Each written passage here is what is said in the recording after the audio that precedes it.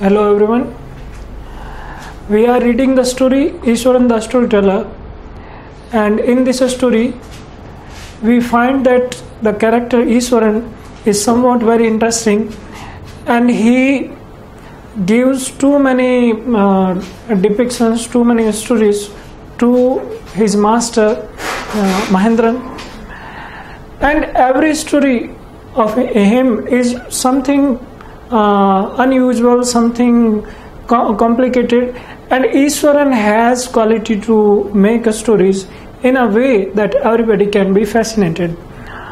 तो ईश्वरन इतना ज़्यादा इंटरेस्टिंग कैरेक्टर है, और उन्होंने अभी तक हमने पढ़ा कि एक हाथी ईश्वरन की कहानी में कि एक हाथी ईश्वरन कहता है कि आ गया बाहर मार्केट से, और फिर वो स्कूल के अंदर पहुंच गया। वहां पे उसने जो ईंट की दीवार बनी हुई थी उसको तोड़ के स्कूल ग्राउंड में आ गया, और फिर जब वहां पे बच्चे खेल रहे थे, सारे बच्चे भाग के क्लासेस के अंदर चले गए, सारे टीचर्स रूफ टॉप यानी छत पे चले गए, और ईश्वरन खुद भी छत पे चला गया। फिर क्या होता है, I was studying in the junior class at the time and was watching the whole drama from the roof top. I don't know what came over me suddenly. I grabbed a cane from the hands of one of the teachers and ran down the stairs and into the open. The elephant grunted and menacingly swung a branch of a tree which it held in its trunk. अब ईश्वरन कह रहे हैं, I was studying in the junior class at the time. Sentence ये भी बहुत ज्यादा interesting है. Sentence है कि I was studying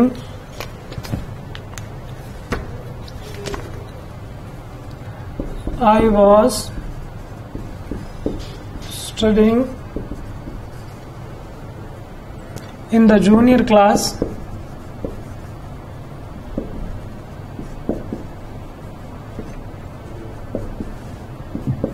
at that time. Tense है पास्ट कंटिन्यूअस.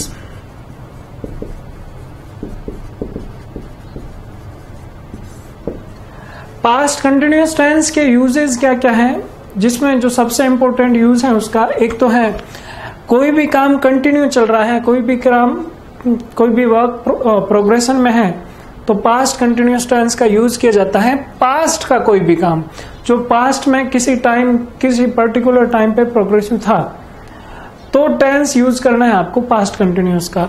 और इसकी एडवर्ब्स में at that time, at that moment, those days, और ये सारी एडवर्ब्स देन वगैरह इसकी यूज होती हैं. यहां पे भी आपके एडवर्ब यूज हुई हैं एट दैट टाइम, लेकिन ये सेंटेंस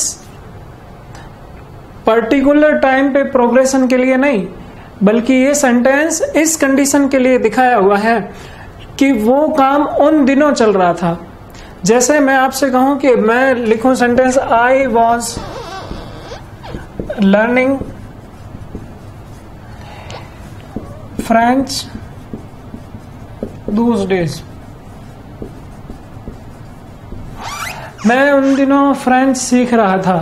फ्रेंच सीख रहा था का मतलब यह है कि मैं पर्टिकुलर मेरा जो टाइम है, जिसमें यदि मैं कहूं कि मैं स्कूल में पढ़ रहा था का मतलब ये नहीं है कि जरूरी हर बार कि उस एट दैट मोमेंट पे आप पढ़ रहे हो, बल्कि आप ये भी कह सकते हैं कि उस टाइम आप पढ़ रहे थे, पूरे दिन नहीं लेकिन किसी पर्टिकुलर आवर्स पे, पर्टिकुलर दिन के किसी टाइम पे. तो ये भी ईश्वरन यही कह रहा है इस सेंटेंस में है, यही मीनिंग है इसका. आई was studying in the junior class. मैं उन दिनों जूनियर क्लास में पढ़ रहा था, उस समय मैं जूनियर क्लास में पढ़ रहा था का मतलब ये नहीं है कि उस टाइम भी बैठ के वो किताब भी खोल के पढ़ रहा था, नहीं, बल्कि जूनियर क्लास में था वो. ये वाला सेंस इस टेंस का पास्ट कंटिन्यूअस का यहाँ पे यूज हुआ है. पास्ट में कोई भी काम प्रोग्रेशन में हो तो उसके लिए पास्ट कंटिन्यूअस टेंस यूज होता है. पर्टिकुलर टाइम पे कोई भी काम प्रोग्रेशन में हो तो भी पास्ट कंटिन्यूअस टेंस का यूज होता है. और जिसमें फॉरएवर है, कॉन्स्टेंटली है, और ऐसी एडवर्ब ऑलवेज है, ऐसी एडवर्ब्स हैं जिससे कि इरिटेशन शो हो रहा हो तो भी इस टेंस का यूज होता है. और at that time, at that moment, इस तरह के एडवर्ब्स का भी यूज होता है past continuous. Basically present continuous में जो जो रूल्स हैं वो सारे पास्ट कंटिन्यूस में होंगे। सबसे बड़ा जो डिफरेंशिएट करना हो हमें, तो प्रेजेंट कंटिन्यूस प्रेजेंट के टाइम के लिए, पास्ट कंटिन्यूस पास्ट के टाइम के लिए यूज होगा। और ईश्वर ने कह रहा है कि उन दिनों मैं जूनियर क्लास में पढ़ रहा था जब ये सारा ड्रामा हो रहा था, यानी मैं उस टाइम जूनियर क्लास का स्टूडेंट था। मैंने ये देखा, मैंने क्या देखा, and was watching the whole drama from the roof top. और ईश्वर ने कह रहा है कि मैं खुद ये सारा ड्रामा, जो हाथी आया था वो ईंट की दीवार तोड़ के स्कूल के अंदर सारे बच्चे छिप गए थे, टीचर्स भी छिप गए थे, टीचर सारे रूफ टॉप पे ये ड्रामा देख रहे थे, तो मैं भी देख रहा था उस हाथी को। और I don't know what came over me. Suddenly I grabbed a can from the hands of one of the teachers and ran down the stairs and into the open. अब ईश्वर ने कहा कि मैंने अपने एक टीचर के हाथों से एक छड़ी ली, और मुझे नहीं मालूम कि मैं क्या कर रहा हूँ, मुझे ये नहीं मालूम था कि वो क्या रहा है। अचानक से मैंने क्या किया, मेरे अपने टीचर्स के हाथों से मैंने छड़ी ली और मैं सीधा गया नीचे सीढ़ियों से उतर के उस हाथी के पास में, यानी खुले मैदान में जहां पे वो हाथी था और ग्राउंड के अंदर, वहां पे मैं भी चला गया। और the elephant grunted and menacingly swung a branch of a tree which it held in its trunk. It stamped its feet, kicking up a lot of mud and dust. It looked frightening, but I moved slowly towards it, and a stick in hand, people were watching the scene, hypnotized from nearby housetops. The elephant looked at me red-eyed, ready to rush towards me. अब ईश्वर ने कहा कि मैंने अपने एक teacher थे, उनके हाथ से मैंने छड़ी ली, मैं सीधा ही मैदान में गया। जो एलिफेंट था उसके भी ट्रंक के अंदर, उसके सूंड के अंदर वो एक बड़ा सा तना था, एक बहुत बड़ी ब्रांच थी, और वो जोर से बड़े डरावने तरीके से आवाजें निकाल रहा था।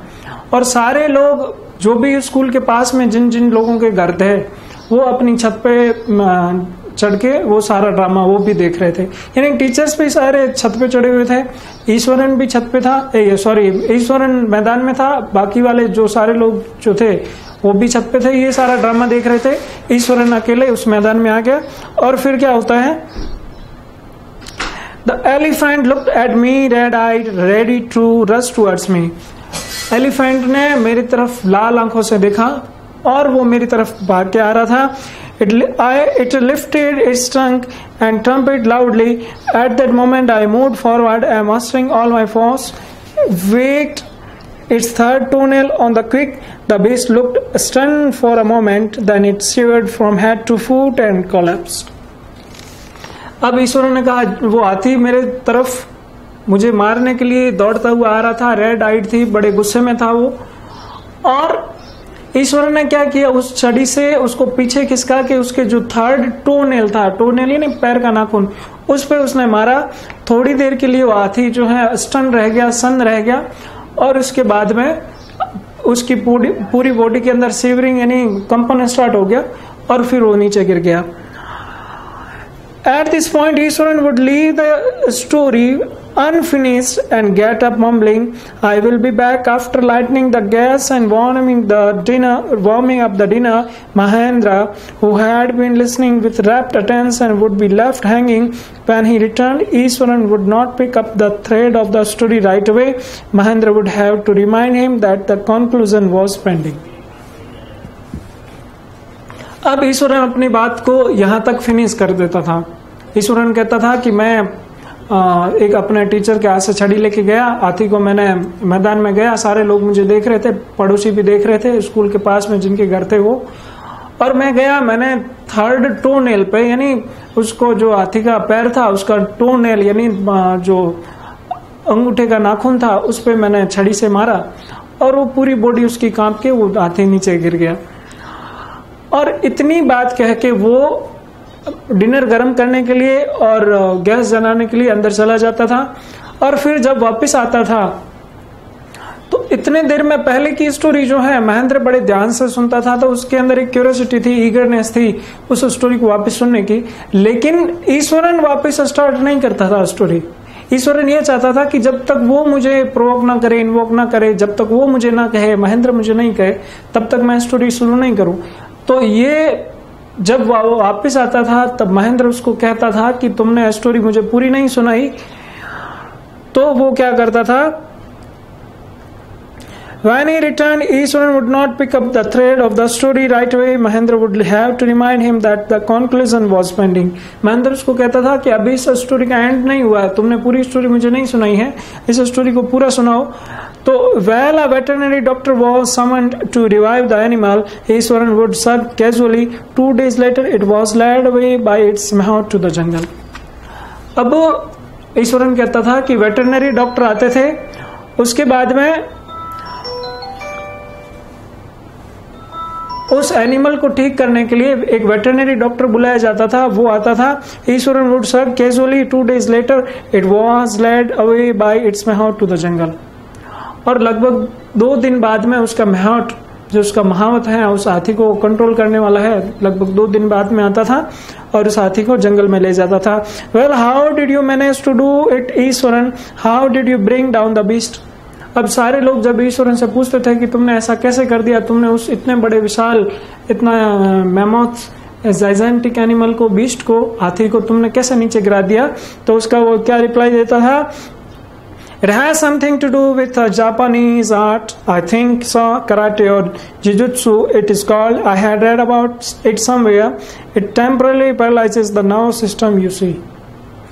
वो कहता था, ईश्वरन वापस जवाब देता था कि मैंने इसके बारे में कहीं पढ़ा है कि एक जापानीज आर्ट है, ये जापान की कोई कला है, कोई कराटा है या जिजुत्सु जिसको आर्ट का नाम है, वो है। यदि ऐसा आप करते हैं एनिमल के साथ में, हाथी के साथ में, तो थोड़ी देर के लिए उसका जो नर्वस सिस्टम है, उसका जो ब्रेन का सिस्टम है, नर्वस सिस्टम, जिससे कि पूरी बॉडी को मैसेज जाते हैं, वो पैरालाइज हो जाता है, थोड़ी देर के लिए रुक जाता है, थोड़े टाइम के लिए रुक जाता है, यानी नर्वस सिस्टम उसका काम करना बंद कर देता है और इसके कारण वो हाथी गिर गया। ये उसने रीजन बताया।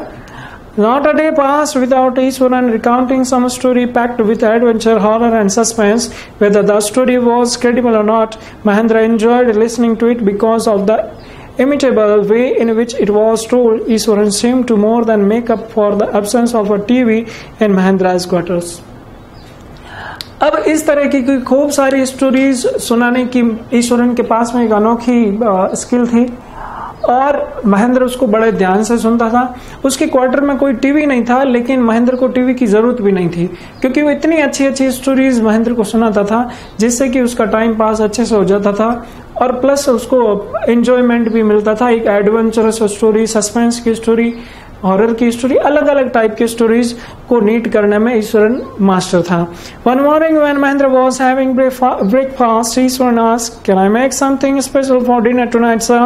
After all, today is an auspicious day. According to the tradition, we prepare various delicacies to feed the spirits of our ancestors today, sir." अब महेंद्र को एक बार ये कहता है Eswaran, One morning when Mahendra was having breakfast, एक बार जब नाश्ता महेंद्र कर रहा था, उस टाइम इसने कहा, ईश्वरन ने पूछा, can I make something special for dinner tonight sir, क्या मैं आपके लिए आज कुछ स्पेशल बनाऊं, क्या आज हमारे लिए कुछ स्पेशल बनना चाहिए, क्योंकि after all today is an auspicious day, आज कोई शुभ दिन है, आज कोई पवित्र दिन है। क्यों है? According to tradition we prepare various delicacies to feed the spirits of our ancestors today, sir. उसने कहा कि हमें आज के दिन के अंदर कई सारी डिलीशियस, कई सारी डिफरेंट टाइप की रेसिपीज बनानी होती हैं, क्योंकि किसके लिए? To feed the spirits of our ancestors today, sir, अपने पूर्वजों की आत्मा के लिए, यानी अपने पूर्वजों की, अपने जो एंसेस्टर्स हैं उनकी आत्मा को शांति देने के लिए, उनको खिलाने के लिए। आप इसको ऐसा कह सकते हो कि श्राद्ध का दिन हो या फिर उन पर्टिकुलर पर्सन जिनकी डेथ हो गई हो उनका दिन हो, यानी जिस दिन वो एक्सपायर हुए थे, आज वापस वही टाइम आ गया हो, उसी दिन जो एक्सपायर हुए थे, तो वो वाला आज दिन है। आपको लगता है कि कुछ मैं स्पेशल बनाऊं, फिर क्या होता है?